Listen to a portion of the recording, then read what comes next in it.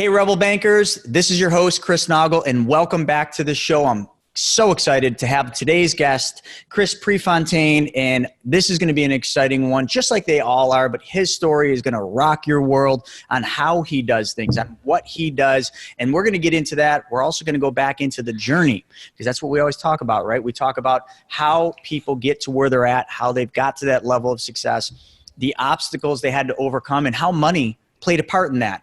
So let's talk a little bit about each of you. Let's talk about your journey to becoming a Rebel Banker. You guys all are at one point or another in your real estate investing career. And I know you don't even need to tell me that money is a part of that. Money's always an obstacle.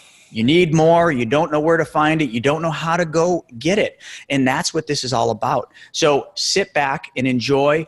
Take some golden nuggets in. And if you guys are looking for a place to start, I've got two great places. Grab a copy of my book, The Private Money Guide. It's Solutions to Finding Money, all the money you will ever need for your deals. I'll show you where that money is and how to actually go after and get it. And then also, Chris, we got two Chris's here, but Chris's book. So we're going to talk about this, The New Rules of Real Estate Investing. This book, I just got it, so I haven't read it yet, but this book will blow you away. I'm going to have Chris tell you a little bit about it. And I got even better news. He's willing to give a copy away to you guys. So we're going to put a link up with this to show you how you can get a copy of his book.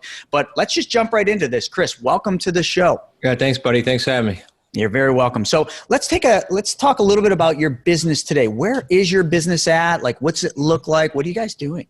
Yeah, we operate in Rhode Island, Connecticut, and Massachusetts. So 3 states, myself, my son-in-law, Zach, and my son, Nick. We buy and sell every week. We're buying only, Chris, as I mentioned to you just in passing before we jumped on, only terms. So only owner financing, lease purchase. So we do sandwich leases and subject to existing financing. That's it. And so we're never putting up big deposits. I mean, on occasion, there's exceptions to everything I say, but no deposits, no use of your credit, no signing personally on bank loans. I learned that the hard way in '08. So that's what we do now. That sounds awesome. I'm sure a lot of people are going to love that because we're always talking about, we've been doing a lot on passive income, multifamilies, fix and flips, and all that stuff takes a tremendous amount of money, tremendous amount of risk. So this is a new topic. Nobody that has been on this show has ever talked about this. So I think this is going to be some real golden nuggets. Oh, cool. Real cool. And then we teach it, obviously. So we do it, and then we teach it around the country, probably in, I don't know, maybe 20 different states right now. We have people doing deals with us.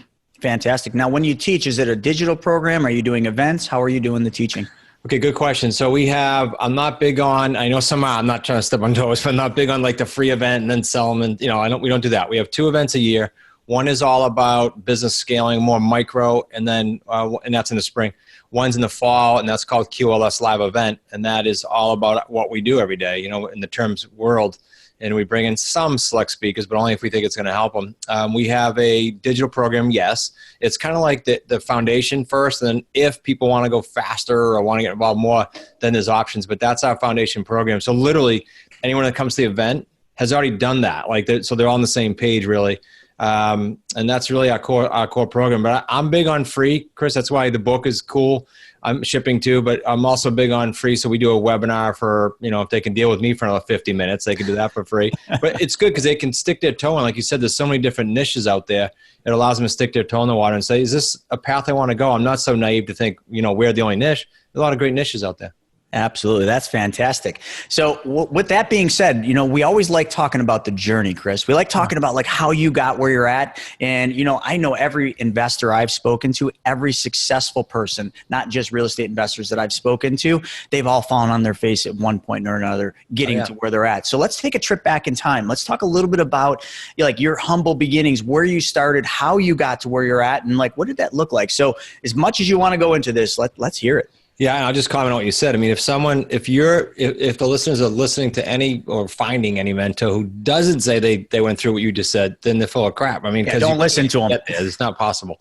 So 91 is when I started building homes, single family homes, what I called spot building in infill neighborhoods. But what was cool was we didn't have, I was young, we didn't have cash then, we had credit, we didn't have cash.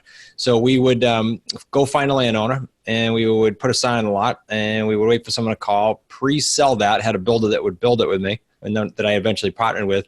But the lot owner and all the suppliers for the house would wait until the house was built and then closed by the pre-sale that we had. Then they would all get paid. So without knowing it, we did that on terms way back then. In 95, I bought a Realty Executives franchise and went and got my broker's license. I didn't, I was the opposite when I was a builder. You don't work with realtors and you kind of butt heads with them. So I did the opposite. I went in as a realtor and I had an intent to build that and sell it. We did that in 2000. We sold it to Coldwell Banker. And then that led us into kind of our own rehabs, our own condo conversions, still some new construction. But that led us into the lovely 2008 debacle. Where we had, 22, 23 properties, over leveraged when the market tanked, personally on all those loans. And that now explains why I said at the beginning, I don't do that anymore. You fail forward, right? You got to learn somehow. Man. That would be, we could do 4 shows on that, but 10,000 foot view, we took from 2008 February. I remember that like it was yesterday. I remember the night where it was kind of like a light switch went off and things stopped. And that took us till about February of 2012 to wind down, short sale, foreclose, all kinds of stuff happening there. And then to re-engineer the business to what it is today, which is what we've launched since then. It's just been amazing. So I would say in hindsight, super glad it happened, but you couldn't convince me that for 4 years.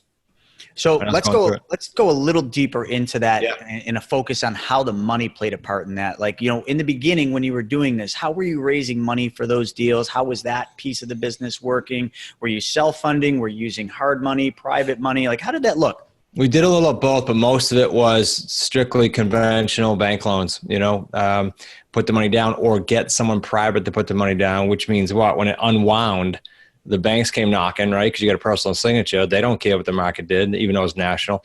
And then most of the private worked with us. There were a couple hot asses in there that really caused us some headaches. But, that's something you don't want to put your head down on the pillow at night thinking about. So we just don't do anymore. But that was a toughie. No matter what you do, it's difficult when that happens to kind of put it in a chamber and work on new stuff to get things going again, as you can imagine.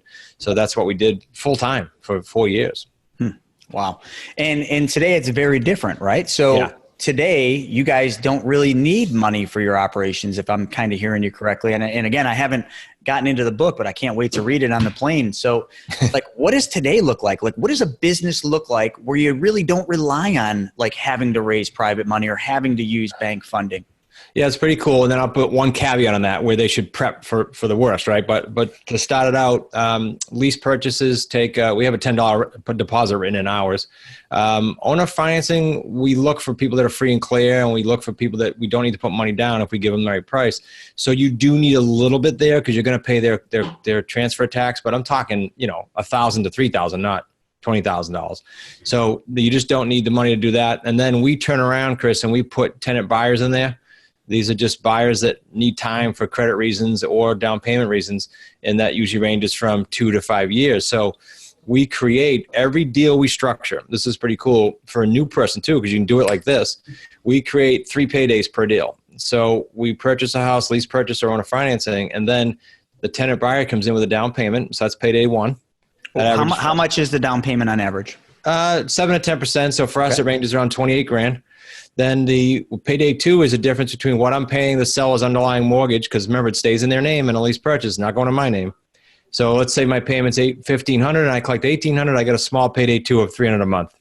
For several years though, we range $300 to $1,000 on that one. And then payday 3 is when you cash out. But what a lot of people don't realize with the lease purchase or the owner financing is when you cash out, so you have the premium where you raise the price from where you purchase it clearly, but you also have through the term of that tenant buyer, the tenancy, you have 3 years, 4 years, 5 years of principal pay down, either A, on the underlying loan, or B, with a owner financing. We do 100% principal payment. So at the end, you got that premium markup plus all the principal pay down. That's all coming back in a payday 3. That range is around 35 grand. So we're at like 75 grand a deal, maybe closer to 78 grand a deal. Think about that for a new person. Create 6 of those. Forget big numbers. Just create 6 of those your first year. It's not hard.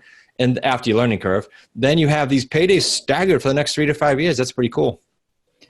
Yeah, I like it. So very little money out of pocket, and you get 3 paydays. The first is the deposit. And, is there that deposit they give you, is that going toward the back end of the loan? Yeah. Okay. So say they bought you tied the house up for $250, you sold it for $300. They put 20 grand down. That is credit up to sales price, of course, but if they default, it's non-refundable. So that's why this is far different from a tenant. That's why I call them tenant buyers. A tenant's call, 80% of our calls are, yeah, do you rent? No, I don't. It says rent to own in the ad. And then our videos educate them. But the good ones are people like, a contractor that used to get a stated income loan. You can do that now, but it's expensive. But they just starting to come back.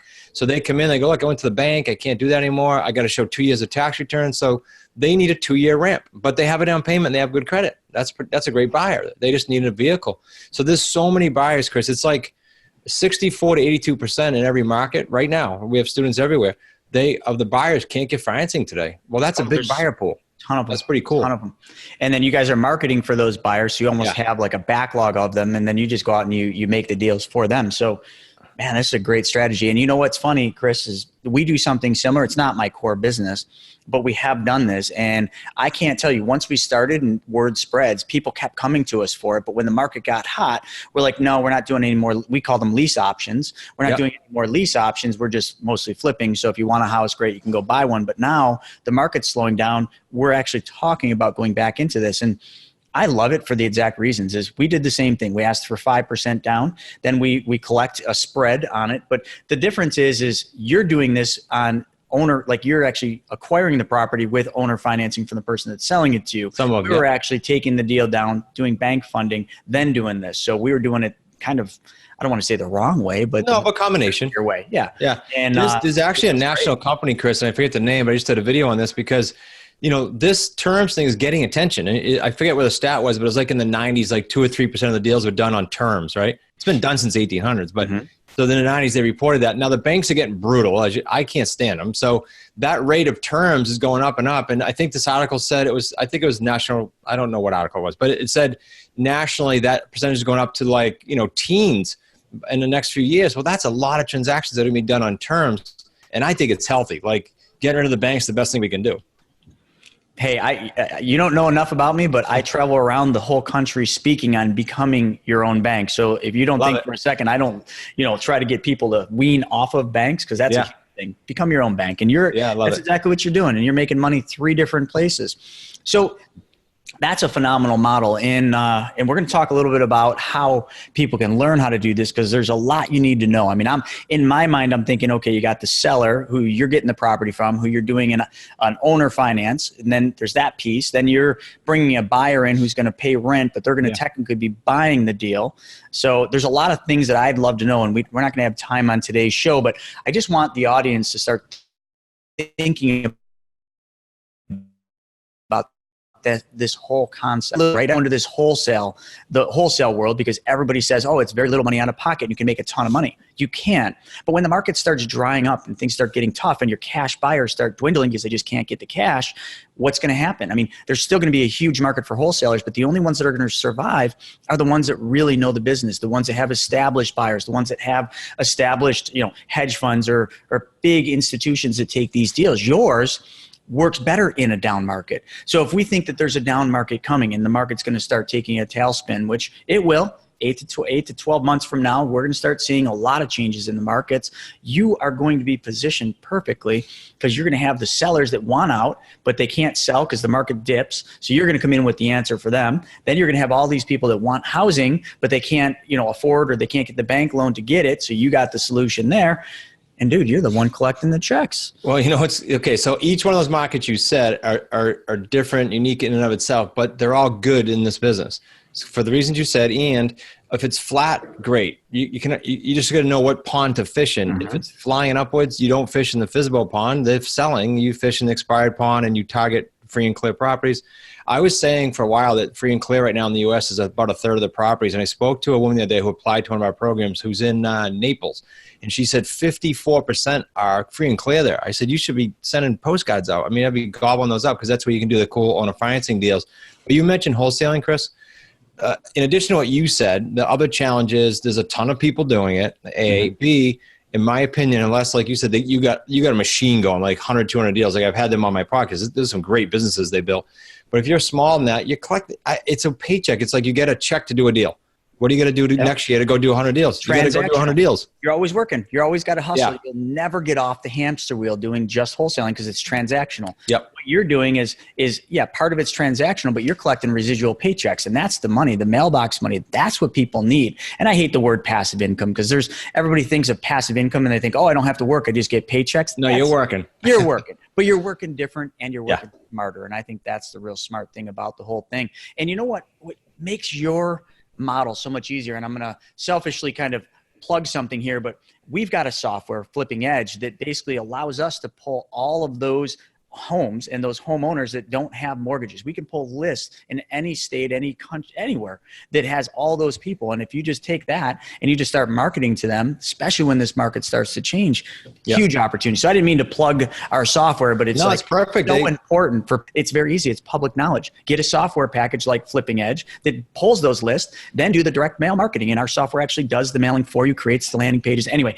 I'm off of that, but it's the perfect inroad to getting into your business because somebody's going to need software. And I said that earlier, I'd say a caveat because I don't want to make it look like, okay, don't have a set up, lines of credit or anything. But here's the deal. I would encourage you, if you're going to do any of the niches, but if you're not a niche, yes, still set up the lines of credit. There's the business lines of credit out there you can do. We have some great connections for it. But the bottom line is you are going to have the 1 to 5% defaults on these things. Even if you're doing everything right, you're going to have someone have a life event, a death or a divorce. Everything you can think of has happened to us already. So it's nice to have the lines of credit set up, even if it's a credit card with the business line, so that you can handle that and you're not being kept up at night. Then you just refill the home and pay it down. It's not a big deal, but don't think it's all smooth sailing. Too many people are going to tell you that, right? In the seminars and whatnot. No, there's a whole chapter in our first book, Real Estate on Your Terms, that talks about what can go wrong, because I don't want them to leave or read the book and go, I got this, and then think there's going to be no headaches. There's going to be headaches. It's business. And there isn't a business out there that isn't going to have headaches. So if you're looking for that perfect business, folks, that doesn't have headaches, it doesn't exist. It's not real estate.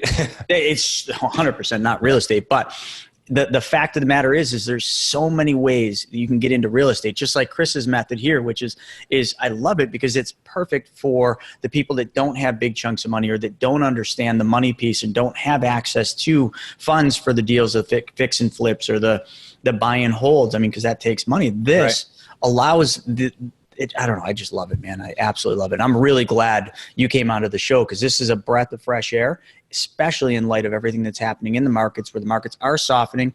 And if folks, if you guys don't see these markets softening, just take it from me and any other one, people that are seeing it, it's softening and you better be ready for it. And this is a strategy that will 100% work for that. I'll give you a big thing on that, Chris, if I can. You just made me think of it. So you talked about wholesalers and then I complimented the larger ones, but let me tell you what happened. You probably know Eddie Speed from Note School. He's been around forever. Yeah. So Eddie's doing a special event, but he shared some cool things with me and we got invited to it, but it's for people that are doing like hundreds of transactions. And what he's seeing in the market, and this is cool for a lot of us, certainly our niche, they're coming from the wholesale market and the rehab market, and they're moving over to the terms because of everything you and I just talked about. And they're all in that room, and we're the only ones that are doing terms. So I can't wait to meet him, number one, and number two, integrate Eddie's techniques with what we're doing and then share that with our community. But it's going on a mass scale right now. They're massively moving to terms. Yeah, no, that's fantastic. I think you're absolutely correct. And I think you've been doing it for a long time, but you're just now talking about this to my audience. And there isn't going to be a better time than right now to start learning this strategy and implementing this strategy. I know the business probably better than most. So I'm looking at it saying, wow, this would be so easy to just literally flip a switch, turn this on, learn a couple things about how to make it work, learn the proper ways and channels to do this the right way, the legal way. And then you're just literally going to turn on and create annuities. And, yes, there's going to be, like you said, some people that are going to fall off, but and that's not as big of a problem as a fix and flipper that can't sell their property, that's got a note being called because they couldn't make the payments. Whew, those are real problems. Yeah, real problems. All right, Chris, let's take a little time to talk about the journey. And what were some of either maybe one or two of the biggest external obstacles that you went through in climbing up to where you're at today? Since the debacle, you mean? Probably since like that whole run up. Well, and for most of the listeners, it's going to be when you're new to the terms market, it's going to be really the space between your ears because it's all about the confidence. And the best way we got around that was what? Scripted out, preparedness, because you get on the phone with a seller and you converting a deal and how many times it takes to do that is all going to be about your confidence. And that comes from skill sets, right? So that's going to be a big issue. We can teach skill sets to a blue in the face, but it's the mental piece that can be tough. And then the second thing is what we talked about with the lines of credit. We've had deals where either the seller lied or, something happened where we had a curveball thrown at us and we had to come out of pocket. We got to be prepared. So those are two challenges that are going to happen in your business, no question. Awesome. And then, so that's external, but what about internal? Like you personally, what internal obstacles have you gone through in the real estate field that you'd like to talk about? Well, it was the big change mentally from the debacle to now. Because you come out of that, I don't care who you are, you come out of something that beat the daylights out of you and try to move into something successfully. You have the drunk monkey on your shoulder saying you can't do it. So what do you do for that? Or what do we do and still do and tell everyone to do? Mentors and coaches and peer groups. And I'm not saying necessarily paid either. You can read a book and reach out to the author and get some cool advice or buy him coffee if you're local. You can explore now because of the internet and YouTube. You can explore a lot of free information. We have a plethora of it out there. So do that so you get yourself surrounded with a plethora of cool stuff and immerse yourself with people that are going where you want to go. Success leaves clues, right? You know that. You speak all over the place. So why go try to recreate the wheel? Get yourself, for the internal struggles, get yourself around people that are doing what you want to do and still doing it, by the way. And then latch on to them for 3 years with blinders on. That's what we do with everything we take on. Whether it be, okay, this year we need to better our marketing. Okay, then we join a mastermind that talks about that, or a course. This year we need to learn about scaling. Since January of 18, we've been with a group out in Arizona that just is scaling. We all go out there every quarter. That's not easy to do that. No. But that's the internal stuff that you got to do if you want to grow it and you want to grow it profitably. I agree. Masterminds have been integral in me and in our businesses and getting us around the right people, that network of people that they always talk about, right? Your network is your net worth. And if you don't believe that, then honestly, you got serious psychological problems. Yeah. Seriously, that's what it is. It's that network changes everything. I did this at one of our business scaling events. On that exact point, I took like 5 examples of, for example, one of the masterminds with Ed Rush, we were not even in the mastermind. We were sitting on the back of a chair and he said, hey, have you done this? Have you taken your list? And I'll just give you the little idea, but it doesn't matter what it is. Have you taken your list and sent it to this company and they can, your email list, and they give you back all the addresses? It was little ideas like that were $10,000, $100,000, $250,000 ideas that I could pinpoint from mastermind groups. It's invaluable. But I think a lot of people, when they're new to this business and a lot of the listeners that we have on here today, I think some of them might be newer. And when you start talking about masterminds, okay, we all know that there's free RIAs, there's paid RIAs, there's all sorts of networking that you can do to go around. But what you join, so that's the first evolution. But the next evolution is you got to start finding, like Chris was saying, masterminds that are going to suit what you need to learn at that moment and what you need to learn by surrounding yourself with those people. And I want to be perfectly frank, masterminds aren't cheap. You're going to spend a lot of money to be part of that right network. But successful people do 2 things really well. Every successful person, even the billionaires that I surround myself with, they are masters at only 2 things. And if you can master these 2 things, you will be successful, but they're hard. So first and foremost, this sounds easy, but it's not. Time. They are experts at investing their time into what they need to learn. Masterminds will take your time. Once a quarter, he's flying out to Arizona to learn from these people. That's a time commitment. That's time away from his family, time away from the business.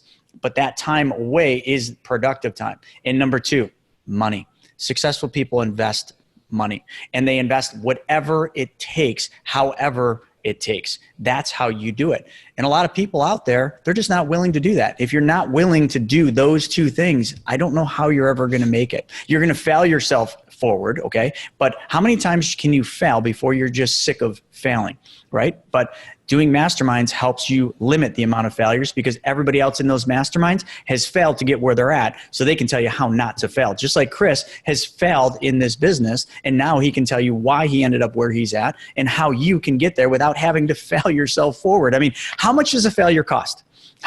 Is it $5,000, $10,000, $100,000, $1 million? How much do you want to spend to fail? Learn. Here's a takeaway, Chris. You just made me have an idea here. So when I couldn't afford the mastermind, and say this was back in, I think it was 2012. So I didn't have 25 readily available. And so your members are probably thinking, I don't have 25 grand. I don't have 10 grand. I don't have 8 grand, whatever. Okay. So here's what you do. Here's what I did. Direct takeaway. If you know there's a group or a program or whatever that you know it's where you want to go. Like I was clear when I heard about the program, I want to do that, but I didn't have it. So I called around. I started calling around friends, attorneys. One of my attorney friends, I said to him, look, this program's 25 grand. You put up the cash. I'll do the program. He's not even in real estate, but he just trusts me. You do that. I'll go in the program. I will split with you 50-50 on everything I make until you have 100% return. So until you have 50 grand return, we're 50-50 partners in every deal that I do. Who that you called would say no to that, even if you said 50%, by the way, or 25%, but it was a friend. So you could do that. You could pull in a partner, come up with any kind of return you want and say, let's do this together. You can be silent. I just need the resources. Here's my plan to make it back, and here's how long it's going to take. So what's the point of all that? If you knew beyond a shadow of a doubt you could get XYZ return on investment, forget the cost, then go get resourceful and find it. It's like if I said to you right now, hey, Chris, I'll give you $100 bill. If you can pull one out of your pocket right now and give it to me, I'll give you an hour to find one. You'd go find one, you'd beg, borrow, and steal because you know you get 100% return. Same concept, just much larger. Make sense? Absolutely. Absolutely. No, that's great. That's great knowledge. I mean, and that's one way to do it. And let me give you another golden nugget because I've seen this done and this is honestly genius. And I can't believe I didn't think of this, but hey, got to give it to them. I was just at a mastermind out in, where were we? Wyoming. And I got another one in LA in 2 months. There's two people that were at this mastermind, and those two people knew the person who put the mastermind on. And what they did, they didn't have the resources to join the mastermind. So they went to this person. They said, what can I do to serve you? And how can I help you get this event and make it more successful? Can I give you my time there? Can I handle registration? Can I handle photos? Can I handle video and video editing? What can I do? I'll donate my time to you to basically be there. And now, what you've done is you've just done the one thing that wealthy people do. Time, right? You've invested your time. And these people that put these masterminds, if you don't think they need extra hands and extra help, they do. And what you're doing is you're offering to help them for free. You're not looking for anything out of it because if you give, you get. And then you get to be there. You get to take part in everything that's going on, learn from everybody. But most importantly, every single person at that mastermind sees you working for free, sees you helping, sees you taking part in this entire thing, and they know you're just giving that time. So they want to help you, they want to work with you, and they want to see how they can serve you. And again, it just comes back to if you give, you get. It's the universal law. So if you don't have the resources to be part of a mastermind, find the one you want to be part of, find the person producing it, and find a way to serve them and solve their problems. And guess what? When you do that, they will solve your problems. And I teach that with money all the time. If you solve someone else's problem, your problem's solved. And it's that simple, folks. So yes, 25, 30 grand, 50 grand, 100 grand for a mastermind. Not everybody can do those. And you might say, I want to do that, but someday I will. When this happens, I will. No, now. I wish I had my watch on. Now is the only time. Do it. Find a way. You want to hear something cool, Chris? We had a kid. He was 20 years old. He's with us now. That's the end of the story. But 20 years old, mailed us a resume. Maybe he was 19 from college. Said, I'm graduating this year. I want to be an apprentice. I'll work for free for you guys. We said, so my son and son-in-law vetted it out. Fast forward, he did become an apprentice. He started coming into the office a couple of times, did some prospecting, ended up coming to an event and helping, just like you just said, exactly what you just said. And then guess what? He joined one of our programs with the help of his parents because now he saw the big picture. That's cool. That was the smartest thing that kid ever did. Absolutely. And I'm going to give a shout out just now that we're on that. I've got in two offices down from me, I've got Jamie and Kendall. They're both interning and helping out and being Jamie's doing what we call the fly on the wall. They're just here donating and giving their time. I hate saying donating, but giving their time to learn and to pick up that knowledge and to kind of find a way to kind of help us. And then we help them. I mean, love it. It happens all the time. You just said it. So I wanted to give a shout out to them for Good sure. Deal. Congrats to them. Absolutely. Congrats to them. It's phenomenal. So this has been fantastic. It's great. If anyone wants to get a hold of you to learn more about what you do and your coaching and your training to learn how to get into that business, how do they do that?